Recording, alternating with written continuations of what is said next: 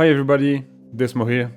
In today's video I'm gonna present to you the final update of my build, which is a mana stacker, aura effect stacking and crit Stormwearver. I want to do this video because I did buy a few gears that made the build a lot stronger than the last video that I made, and this is going to be the last time I'm updating this character. The next upgrade that I could make are going to be extremely expensive and I don't have the will to do that. So I'm gonna show some example of a boss fight, endgame fight. There will be the Arbiter fight and the Breach boss fight. And this is going to be footage of this character with the previous setup actually. And with the last gear that I got a footage of the wave 15 Simulacrum. And this is going to be the best DPS that I can have right now. I'm gonna speak about the upgrade that you can make if you want to play that build and push it even further. There's a few things that you can do. I'm not going to go over all the build mechanic, the gears and so on. I'm just gonna show the update gears. If you want to have the full build guide, I'm gonna put the link in the description and you can follow the link on top of the screen right now.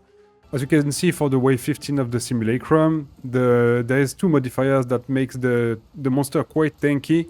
This is the first line, 75% more monster life, and on top of that, monster gain 50% of that maximum life as extra maximum energy shield.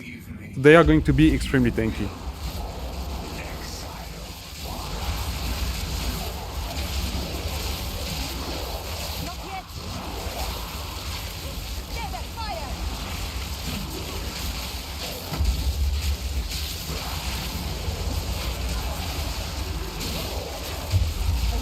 And yet, as you can see, they die in less than 1 second.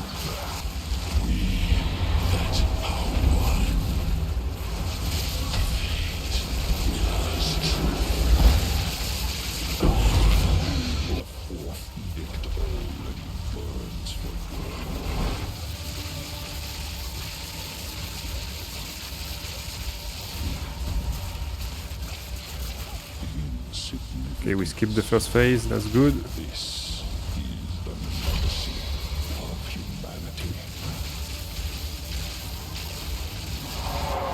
There we go.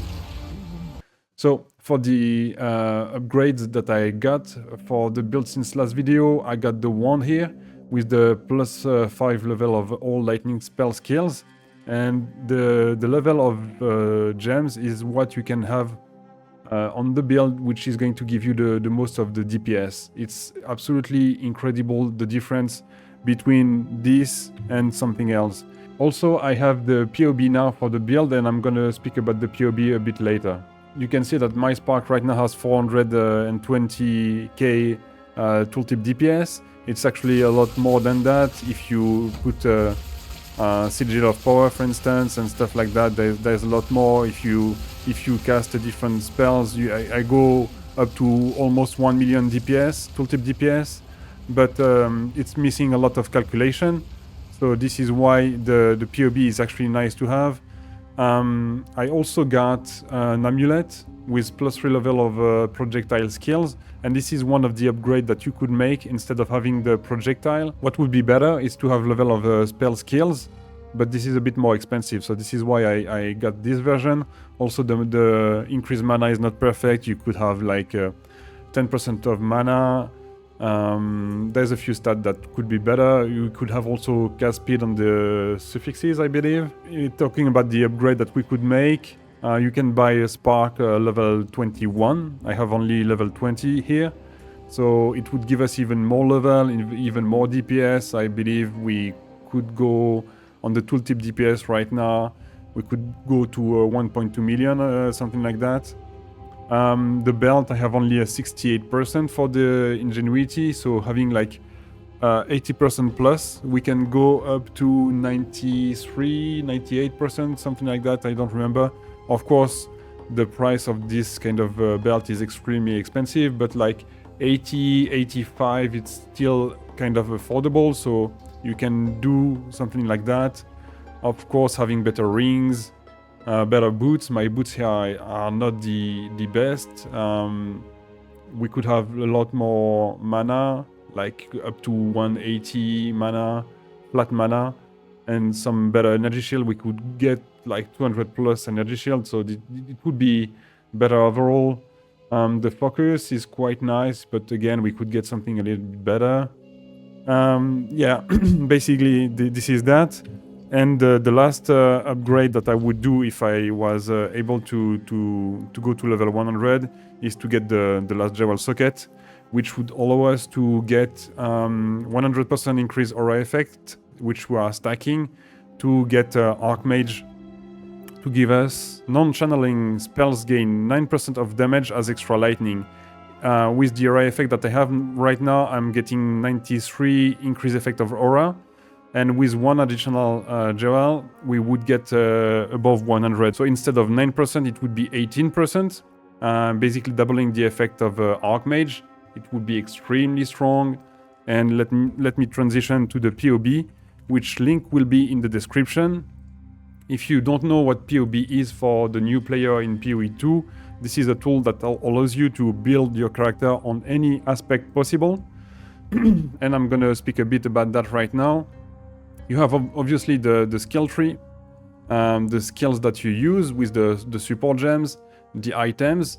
You have a configuration panel, which is extremely important, especially when there is stuff that are not working. And I'm gonna speak a bit about that part, because since the tool is new in PoE 2, not everything is calculated, so you have to put a few stuff in here to make the calculation working. You have also the full calculation here for every type of damage and so on. You have a note part here that I'm going to fill up maybe later, but for now it's not used. And you have the most important part here, import, export, build, for the people using that to copy from other people. So you have a code here. For instance, I have my build set up right now. I'm going to save it because I did make a few changes. I can generate a code like that. And then I'm going to click the share icon here to make it shorter. So now we have a code that I can put somewhere, and if people copy that URL, basically they can just go to import with an URL code here, and you can do Ctrl-V. But just a quick tip: if you go there and you just right-click, it copies, it pastes directly the code into the right thing. And then you can click import, and you're going to have the exact same setup that I have right here. So this is for how passive building is working. Extremely powerful tool. This is the absolutely best tool that everybody used in PoE 1 for so many years, and it's going to be exactly the same in PoE 2. Now about the configuration.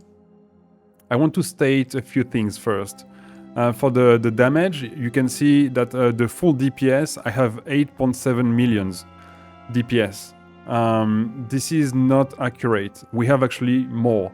Why? First, because the penetration, if you hover over any damage node, you can see that it shows the increase or the loss of DPS in red for the loss, in green for the increase. If you hover over the damage penetration, you can see that the penetration is not calculated. Another thing that is not calculated is the exposure, and the exposure is extremely important. It's extremely powerful, because if you check in game with Orb of Storm that we use to apply some shock effect and some exposure, if you take this for instance and you hover here, it says that exposure is a type of debuff that lowers the affected enemy's resistance to the corresponding damage type. By default, it inflicts minus 20%. And on top of that, so this is minus 20 resistance for the enemy, and we have Strip Away, which increase the effect of exposure by 30%. So the 20 minus that we get from the exposure is actually now 26%. So 26% is not calculated with the PoB here, and I didn't include it in the configuration. We could do that. It doesn't matter that much. You can see that the DPS is already extremely high, but this is something that we don't have.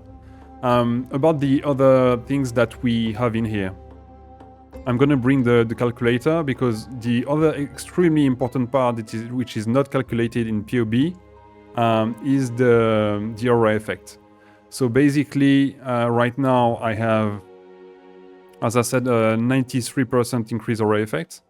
So if we take the 9% that we have from Archamge and we multiply it by 1.93, we end up with 17%.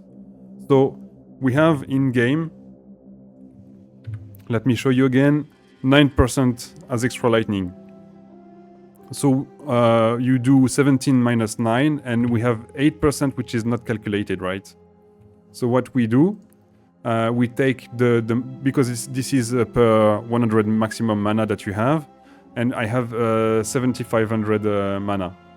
So again, we do 8 times 75 and we get 520. And this is why on the configuration I do gain 520 of damage as extra lightning damage to compensate for the array effect, which is not calculated. When you hover over one of the jewel, you can see that the array effect is red here, so it's not calculated. This is why we have to put it here. So one other thing that we added to the build since the last version is Eye of Winter. Why did we... And that there is two reasons for it. First, when an enemy is hit by Eye of Winter, it gets inflicted by critical weakness, which basically gives us 10% more critical crit chance. So this is really strong for our build. But on top of that, we have Rising Tempest with Spark, and if you check again the tooltip DPS, it gives us 12% more elemental damage for each skill recently of a different elemental type. So if we use Spark, we get 12% more. If we use Flame Wall, we get 12% more. And if we use Eyes of Winter, this is again 12% more. The other change is that we removed from Elemental Storm Consider Casting, because GGG has made an update. We cannot use this support anymore on skills that we cannot cast ourselves. So this is not working anymore, and this is why I added to the support of Elemental Storm Lightning Penetration. Again, this is something that is not calculated into the DPS, and on top of that, Elemental Storm itself is not calculated in the full DPS. Let me show you. We have Elemental Storm here. If we remove it from including full DPS, the DPS doesn't change. 8.7 millions, I add it, it's still the same, it didn't change. So this is quite a lot of DPS that we lose from the calculation. But just to give you a rough idea, and again, this is not calculating the penetration and the exposure. If you check during combat the damage of Elemental Storm, it's about 20k DPS, but we need to check the actual number for that skills, because there is a cooldown, which is 1.5 seconds, and then after like about 3 seconds, you have 3 occurrences of Elemental Storm at the same time, which can overlap. And it hits every 0.25 second. So you have almost 100k DPS per Elemental Storm, and we have about 3 of them. So there's again the lightning penetration and the exposure. So this is quite a lot of damage that we lose from the calculation here. But we can say quite easily that we are above 10 million DPS. So this is the conclusion that we can make here. So that's pretty much it for the build update. Again, this is a very, very nice build. It's extremely strong. You've seen the boss videos, so you know pretty much what you can expect. It's very tanky, it's very fast, you can clear maps very fast. It has everything you can dream of. You can make it work for much less money than what I invested into it. If you want a rough idea about how much the build costs with the version that I have, it's going to be, according to the market price, which is changing quite a lot, between 100 divine and 150, I think. This is the estimation that I can make.